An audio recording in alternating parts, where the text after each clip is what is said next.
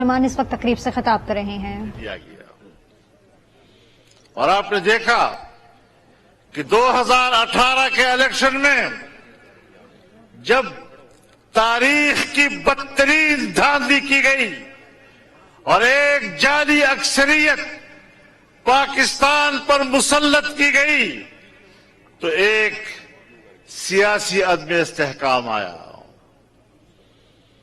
ملک کا سیاسی نظام متنازع ہو گیا اور ایک متنازع نظام کے نتیجے میں پاکستان کی معیشت بیٹھ گئی. اس کے نتیجے میں معاشی عدم استحکام آیا اور معاشی عدم استحکام ریاستوں کا خاتمہ کر دیتی ہے. معاشی عدم استحکام اس میں عوام بغاوت کرتے ہیں, بغاوت کے پرچم بلند ہو جاتے ہیں, لیکن جمعیت علماء اسلام کا گزشتہ 3-4 سالوں میں مسلسل کردار نے پاکستان کو ایک قوت بنایا. سیاسی قوتیں ایک پلیٹ فارم پر رہی. ہم نے 14 ملین مارچ کیے, ایک آزادی مارچ کیا, تمام سیاسی قوتوں کو ایک پلیٹ فارم پر اکٹھا کیا, پھر پی ڈی ایم بنایا. جمعیت علماء اسلام کی قیادت میں ملک کی تمام سیاسی قوتیں ایک پلیٹ فارم پر اکٹھی ہوئی اور ہم نے اس حکومت کا خاتمہ کیا جس نے ملک کی معیشت کو زمین بوس کر دیا تھا, جس نے دنیا میں پاکستان کو ایک دیوالیہ ریاست کے کنارے کھڑا کر دیا تھا. ہم بلیک لسٹ ہونے کو تھے اور ایسی ریاست ہمارے ہاتھ میں آئی,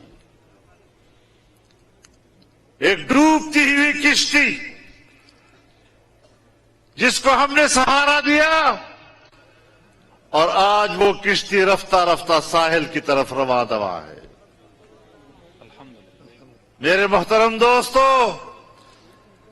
جہاں ہم دیوالیہ پن کے کنارے کھڑے تھے, جہاں ہمیں دنیا بلیک لسٹ قرار دے رہی تھی, جس کے بعد نہ ہمیں کوئی امداد ملنی تھی نہ کوئی قرضہ ملنا تھا, 6 مہینے کے اندر نئی حکومت نے وہاں سے اٹھا کر پاکستان کو وائٹ لسٹ میں لے آئی ہے.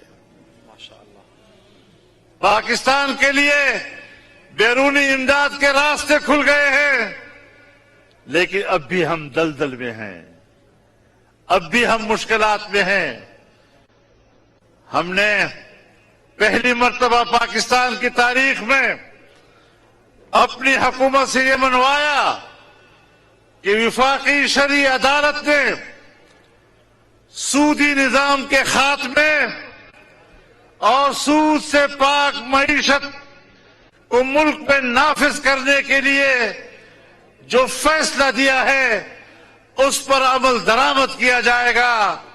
اسٹیٹ بینک آف پاکستان اور نیشنل بینک آف پاکستان جو سرکار کے کنٹرول میں ہوتے ہیں, اور انہوں نے نظر ثانی کے لیے اپیلیں دائر کی تھی, لیکن حکومت نے فیصلہ کر لیا ہے کہ وہ اپیلیں واپس لے لی جائیں گی.